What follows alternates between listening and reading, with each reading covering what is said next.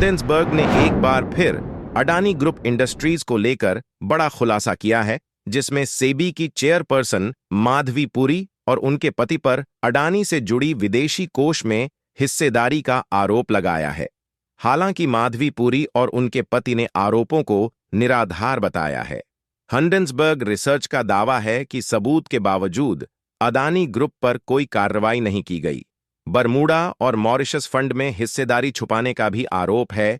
CB की chairperson और उनके पति पर भी सवाल उठे हैं, जिस पर विपक्ष ने भी सरकार को निशाने पर लिया है।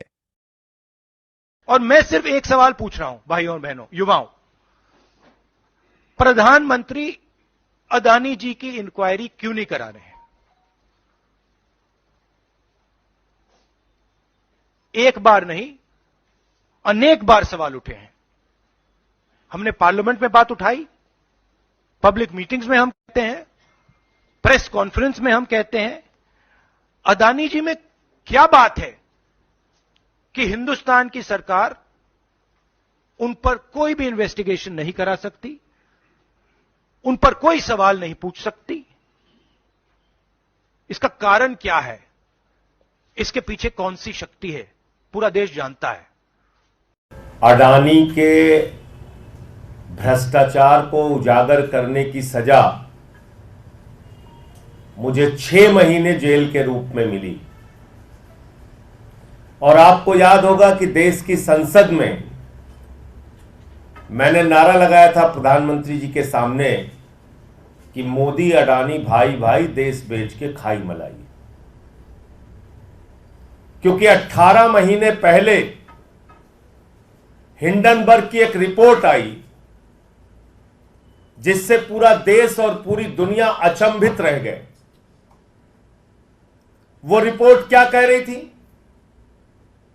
वो रिपोर्ट यह कह रही थी कि दुनिया के तमाम घोटालेबाजों को इकट्ठा करके भारत से मनी लॉन्ड्रिंग करके अडानी ने हजारों करोड़ रुपए मॉरिशस में फर्जी कंपनियां बना के चैन चुंग लिंग, नासिर अली, इन लोगों के माध्यम से फर्जी कंपनियां बना के हजारों करोड़ रुपए लगाया।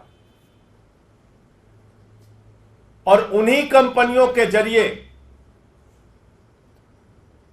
गौतम अडानी का भाई विनोद अडानी भारत में शेयर बाजार को बढ़ाने के लिए, अपने कंपनियों के शेयर को बढ़ाने के लिए, अपने कंपनियों के शेयर को ओवर वैल्यू करने के लिए, यानी वास्तविक वैल्यू शेयर की उतनी नहीं है, उसमें फर्जी कंपनियां बना के विदेशों से पैसा लगाया गया और शेयर का दाम बढ़ाया गया।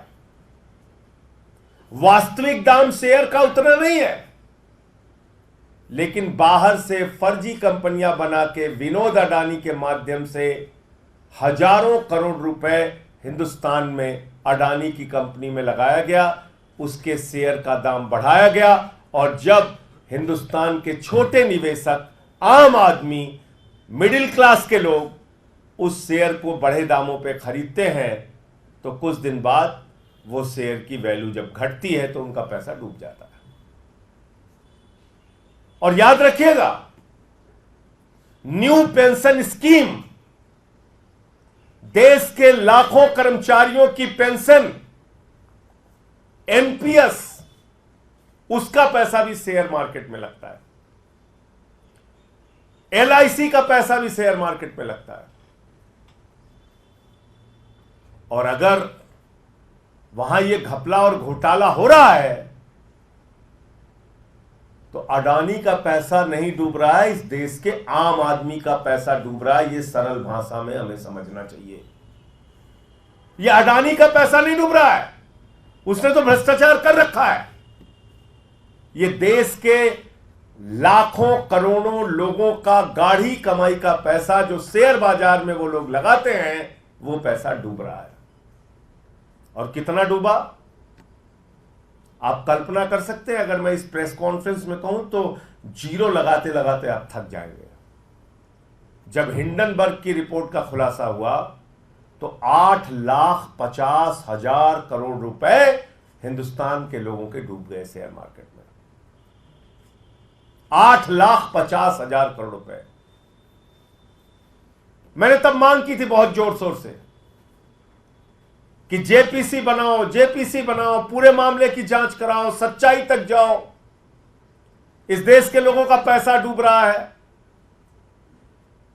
अडानी ने फर्जी कंपनियां विदेशों में बना के अपनी कंपनियों के शेयर बढ़ाए हैं, उसके दाम बढ़ाए हैं, पैसा गलत ढंग से लगाया गया, खुलेआम ये मनी लॉन्ड्रिंग का मामला है, भ्रष्टाचार का मामला है।